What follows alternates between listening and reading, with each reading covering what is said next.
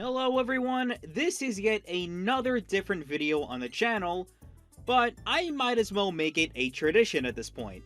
Smiling Friends Season 3 has concluded, so what better way to celebrate but with another tier list. Also, apologies, for some reason I couldn't find the original tier list that I used in the last video, so I'm gonna have to be using somebody else's tier list. I'll share the link in the description. But I do believe that this is, without a doubt, the best season of the show, so spoiler alert, a lot of the episodes will be on the top half of the tier list. But on that topic, I feel like it's important to look back on the first two seasons and readjust it now that there is a new batch of 8 episodes, giving us an equal 25 episode count to compare and contrast. A, B, and C tier is not gonna cut it anymore. So let me introduce you to S and D tier. These two tiers will separate the best of the best and the worst of the worst. So with that out of the way, I might as well restructure my original list for seasons 1 and 2 with the new tiers in mind, as well as just how I feel about each of them after rewatching them and re-evaluating them. I stand by the belief that the first 3 episodes of Season 1 is the perfect example of how to start a series. Each episode is funny, has memorable moments that last throughout the entire series, and just an overall great introduction of the characters and worlds that they inhabit. For these reasons, all 3 will be moving up to the S tier. Next, I want to talk about the holiday episodes of Season 1 together, because both suffer the same issue. In both instances, we focus too much on one of the leads and not the other. The Halloween episode focuses on Pim, and the Christmas episode focuses on Charlie. The secret sauce of what makes Smiling Friends work is Charlie and Pim playing off each other in any scenario both of them are thrown into. Now, there had been episodes where the two are split up before and after these 2 episodes, but we still get to see their perspectives and the wacky things that occur. Here, we're only focusing on one of them, so there's not a lot of things that could happen in either of them. Both episodes have their moments, don't get me wrong. The ending of the Halloween episode is iconic in its own right, and I forgot to bring up the live-action host that bookends the episode, revealing in the end that he's not wearing any pants. And the Christmas episode is known to having Gilbert Gottfried playing God in one of his last roles, the boss's slam poetry eulogy, and Satan being a bored gamer. But these moments are far and few between in episodes that otherwise meander around. I had them in B tier, but honestly, with D tier on the table, I'm probably just gonna move them down to C tier. And unfortunately, it doesn't get any better from here. Both the Simon S. Salty and Enchanted Forest episode, probably gonna keep them in D. They're total snooze fests, with neither of them having enough entertaining bits for me to put them into B tier. I felt nothing with these episodes, and even the more interesting elements are very slim pickings. Now, the question on everyone's mind is, if the Grease Puddle was played by Chris Chan as initially planned, would it have moved the ranking up? I would say no. Hell, I'd argue it would make the episode worse. The episode would have had the stigma of featuring somebody who, by the time the episode was released, was already in jail and charged as a sex offender. If Chris Chan was in the Simon S. Salty episode, that would be at the absolute bottom of D tier. So be happy that didn't happen. But thankfully, Frowning Friends is a God tier episode and should absolutely go into S. So many great jokes that don't overstay their welcome, and it's one that's memorable for all the right reasons. The cast did a live table read of the episode during a Comic-Con panel. That's how special it is.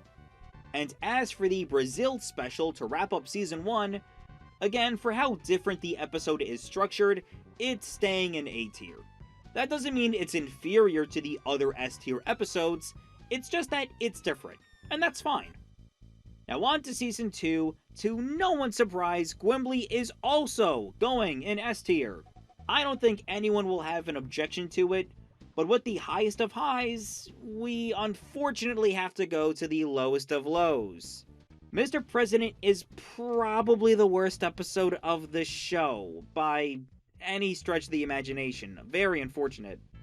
There's just not a lot of funny bits in the episode, some of it being very infuriating, by the way, and that's because most of the jokes rely on President Jimble not being a competent president, and the big flaw with the episode is how underutilized Mr. Frog is. We're never given enough of a reason for why people would rather vote for him than Jimble. Like, if we saw Mr. Frog's response to all of the actions that Jimble does in the episode, we could have had more footage of the character's signature chaos, but raising the stakes against Jimble, making his speech in the end more impactful. But because we don't get that, it's not that funny of an episode, it's not that entertaining, and honestly, I don't think it's a hot take to call it the worst that the show has to offer as of now. Now, as for my infamous decision of putting the Alan episode in B tier, I'm kinda keeping it in B tier.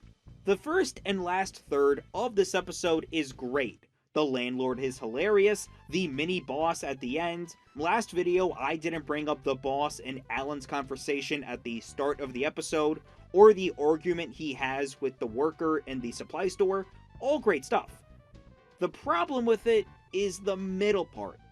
It's just not interesting, and it really meanders around.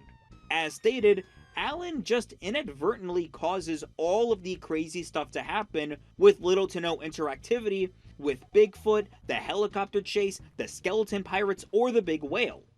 And all of it is undermined anyway when you find out it was an elaborate way for him to play Burnout Revenge on the PlayStation with his landlord. Like I said, the first and third act is great, it's just dragged down tremendously in the second act. And for that, I cannot place it anywhere higher than a B tier. Once more, the boss getting married stays in A tier. Just a funny episode, and it almost acts like a tribute to old school YouTube or just late 2000s internet culture in general. No comment needed. Brother's Egg likewise stays in A tier. I know that it might be a dumb thing to say, but I just like the episode, whether it be the fake out bits, Joel Halver being in it, and I like how the episode concludes with both brothers learning from each other and making amends. I just kind of find that wholesome. Unfortunately, the Alien episode stays in C tier. Not even having Mike or Rich Evans from Red Letter Media playing the aliens could save it. Or Jay as the cop in the end, who I didn't know at first because of the voice distortion. But the Flat Earth joke just barely saves the episode from being in D tier. Likewise, the Spamtopia episode is honestly moving down to C tier. Yeah, this was just one of those episodes that I didn't really hate, but there wasn't enough of a reason for me to come back to it anytime in the future. And I did rewatch this episode right when Season 3 was about to begin to refresh myself for this tier list. And lastly, Pym Turns Green. In the last video, I ranked it in A tier, but I acknowledged that it was probably because of recency bias. But after reappraising it, not only is this episode worthy of A tier, but it belongs in S tier. The jokes are all phenomenal. The gags are great. Not Bill Nye singing, Chris O'Neill playing the Yeti, and there's that wholesome moment of the Smiling Friends staff bonding. It should also be noted that Rotten the Snowman is played by Dana Snyder, who in the Adult Swim universe is known for playing Master Shake in Aqua Teen Hunger Force. And if there's any classic Adult Swim show that Smiling Friends is the 21st century equivalent to, it's definitely Aqua Teen. So by featuring one of its main leads in the show, is a note that the Smiling Friends crew is respectful to its inspirations and pays tribute to them. Just another reason for placing the Season 2 finale in S tier. Now before we get to Season 3, it would be unwise for me to not bring up the Smiling Shorts. These are 1 to 2 minute clips released online, and there's only 2 of them. But these are shorts, not actual episodes, and plus they're not here on the tier list, so I can't really put them in the ranking. But please note, in my heart, Roy Disney is high in S tier. Despite it only being a fraction of a regular episode's runtime, it gives you the gist of what this show really is all about. It's a great short. And for Pim's New Eyes, I guess A tier, sure. I would like to remark that just because I have some episodes in A tier, doesn't necessarily mean I hate those episodes or I think they're inferior to the episodes that are in S tier. Truthfully, I would love to combine both tiers into one, but that would obviously be unfair. So, now we get to Season 3. And honestly, we're starting off strong with Silly Samuel. This is a great first impression of the season. So many funny bits that happen in the episode. I love how clean and fluid Silly Samuel moves throughout the episode, and all of the bits that happen with Silly Samuel. And there's also that great subplot with Alan and the boss making sure that the building is fully safe, even though we clearly know it's not. We also get confirmation that Wall's guy is dead, so no more Finn Wolfhard cameos, I guess. But joking aside, this is a great way to start the season, and honestly, I think it would be unfair to put it in S tier, but kind of want to put it at the top of A tier, not to step on any eggshells. But speaking of episodes that will make me step on eggshells, honestly, the next episode with Mr. Frog is not good. Yeah, I'm gonna fucking say it. So with this episode, I honestly applaud what the show is trying to do. Mr. Frog, as mentioned, is kind of a one-note character.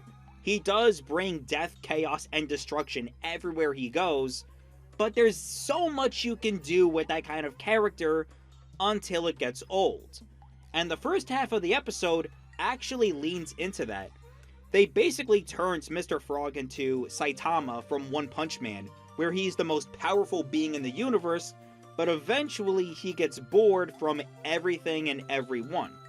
And I also acknowledge that having this be the Mr. Frog send-off episode, a fan-favorite character that a lot of people liked in the first 2 seasons, mainly the first season if we're gonna be honest, I commemorate the idea of giving a fan-favorite character a proper, satisfying send-off, mainly for the fact that you could only do so much with this character. In theory, because in execution, the first half is fine, the episode just drags throughout the second half. Pim and Charlie straight up disappear, and the conversation that Mr. Frog has with his father is very uncomfortable, and it almost feels too real, especially when his dad basically disowns him. That's not even getting into the final part of the episode where Mr. Frog talks to this CGI god bug. At first I was getting Courage the Cowardly Dog vibes from it, but then they start talking about if the god bug has a software problem or hardware problem with his computer. Like, what are we doing here? Even how the episode ends, I was hoping that during the silence of the end credits, the screen would break and we would have 1 or 2 more minutes of the episode, but while those credits were playing, I was saying to myself, that's it? That's the send-off for Mr. Frog? Like, nothing happened in it. So, yeah, very disappointing episode, and it's also just disappointing that we never got another good Mr. Frog episode. But thankfully, we don't have to stay in the bottom half of the tier list for long, because Mole Man is a certified A-tier episode. Another great episode with a lot of funny bits. Mole Man is a very funny and antsy character. I do like the B-plot with Alan and Gleb doing a smiling friends job even them mirroring Pim and Charlie during the pilot of the series, the setup and payoff of the puppet of Jesse Ventura, all great stuff. I also want to bring up how Mole Man is a very interesting character where he's basically been stalking Pim and Charlie, and we do see him show up in earlier episodes of the series as depicted in this episode. But I honestly feel like this character and episode was made to be a cover-up to one of the biggest mysteries of Smiling Friends. Not in the show, but in general.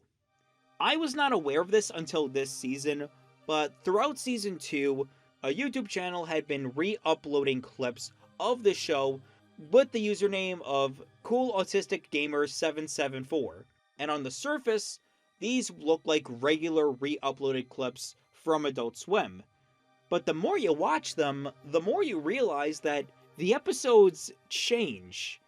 Especially when they feature the YouTube channel's Rick and Morty self-insert thanking the viewer for watching the video.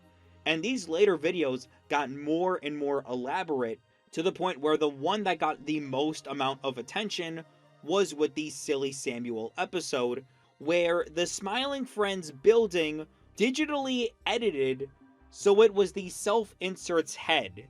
And not only that, but he kills Silly Samuel and all of the other people. A lot of these videos also included what many people assume to be the cast of Smiling Friends pretending to do AI voices of themselves to cover up more of the illusion. But starting with Mole Man, these edits to the re-uploaded clips became less and less elaborate. They eventually became regular re-uploaded clips of the episode. So I feel like Mole Man is supposed to be a cover-up for this YouTube channel. Now, a lot of people have been theorizing that the person behind this YouTube account is somebody who works on the show. Because you can't just digitally insert a 3D model of a show after it came out in less than 24 hours. Unless you actually have that model. But with Mole Man, I feel like this was all a cover-up to this YouTube channel. So, yeah, Mole Man, A tier. Now, when I first watched the Witch episode, I was honestly going for a B tier. It's this season's Halloween episode, and something that I do find really funny was that this episode was supposed to come out on the week of Halloween. But I think they wanted to keep up with the whole out-of-season holiday episodes, so they pushed this episode back one more week after Halloween came and went, which I find that hilarious. Now, originally, I wasn't too impressed with this episode, and it does the thing that I'm not a huge fan of, where in a Halloween episode where somebody breaks out of character or they kill somebody that isn't supposed to die, then it leads into the reveal that, oh, it was all a dream, or it was a hallucination, and that makes the audience feel like, what was the point of this episode? It felt like you wasted my time. But the way that Smiling Friends handles this reveal honestly saves it from going to the bottom half of the tier list. When it's revealed that everything happened inside of the witch's orb, the boss's immediate reaction is to put her in a chokehold. And then Charlie apologizes that he was acting a little bit out of character before the witch showed up, and Pim makes a really good observation that nothing in the orb really happened, so the characters not acting in line kind of makes sense, because it's not those versions of the characters, and the characters themselves call it out. So yeah, the episode does end on a really good high note, and it also bumps up the rest of the episode with a lot of great imaginative imagery. They somehow got the rights to use Pyramid Head, which is awesome that Konami allowed them to do that. So, with all of that said, I honestly want to put the Witch episode in A tier. Now, this goes without saying, but the camping episode is such a great episode that it doesn't belong in A tier, it belongs in S tier. This is a really fun episode where it's just the Smiling Friends staff hanging out, doing stuff, and I like both the A and B plot. The cleanup song that Mother Nature sings is short and sweet and to the point. The setup, payoff, and execution of Mothman is also really funny, but if we're gonna be honest, the reason why this episode is an S tier is the Boss and Alan's side plot. Not only is this side plot amazing, but it also gives us possibly the best cutaway of the entire series. Maybe all of adult animation if we're really going that far. Maybe it's anticlimactic on how quickly Mother Nature is killed off, but you know what? That's just one small thing that doesn't deviate my enjoyment for this episode. And we're on such a great hot streak, let's keep it up with Squim.